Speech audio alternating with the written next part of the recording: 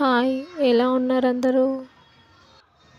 Only చిక్కుడుకాయ గింజలు tomato fry ఎలా చేయాలో ఈ వీడియోలో చూపిస్తాను.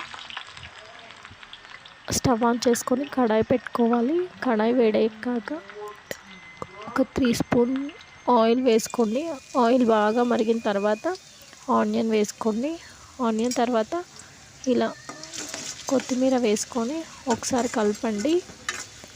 ఆయిల్ బాగా మరిగాకనే ఆనియన్ వేసుకోవాలండి ప్రతి కర్రీలో.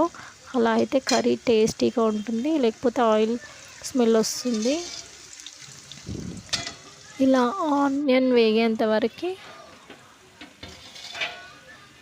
కాసేపు మూత పెట్టి ఇలా వీడియోలో చూపిస్తున్నట్టుగా వేగిన తర్వాత అల్లం వెల్లుల్లి పేస్ట్, కొంచెం పసుపు వేసుకోండి. పసుపు అల్లం వెల్లుల్లి పేస్ట్ మంచిగా వేగితేనే బాగుంటుంది. ఇలా ఒకసారి మళ్ళీ కలపండి. ఇప్పుడున్న జీవితంలో మనకి పిల్లలకి ఇంటరాక్షన్ చాలా తక్కువ ఉంటుంది. మనం టైం ఉన్నంత సేపు మన పిల్లలతో చాలా ఇంటరాక్ట్ అవుతూ ఉండాలి. ఇలా ఇంటరాక్ట్ అవ్వడం వల్ల పిల్లలకి మనకి ఫ్రెండ్లీ నేచర్ ఏర్పడుతుంది. అలా ఏమైనా ఉన్నా మన పిల్లలు మనతో ప్రతి విషయం షేర్ చేసుకోవడానికి ఇష్టపడతారు. పిల్లలు స్కూల్ నుండి రాగానే స్కూల్లో ఏం జరిగింది, పెట్టిన లంచ్ కంప్లీట్గా తిన్నావా లేదా, అలా కాసేపు పిల్లలతో మాట్లాడితే వాళ్ళకు కూడా మంచిగా అనిపిస్తుంది. ఆనియన్ వేగిన తర్వాత టమాటా వేసుకోండి. టమాటా వేసుకొని ఒకసారి కలుపుకోండి. కలిపిన తర్వాత కాసేపు మూత పెట్టాలి.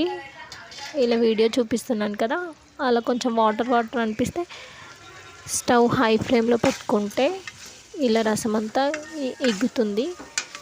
టమాటా మంచిగా ఉడుకుతుంది. టమాటా ఉడికిన తర్వాత చిక్కుడుకాయ గింజలు నేను ఆల్రెడీ ఉడకపెట్టి పెట్టుకున్నాను. కుక్కర్లో ఒక 2 విజిల్స్ వేసుకుంటే సరిపోతుంది. ఇలా టమాటా ఉడికిన తర్వాత కారం, అలాగే కొంచెం సాల్ట్ వేసుకోండి. ఇవి 2 వేసుకున్నాక ఒకసారి మళ్ళీ కలుపుకోండి.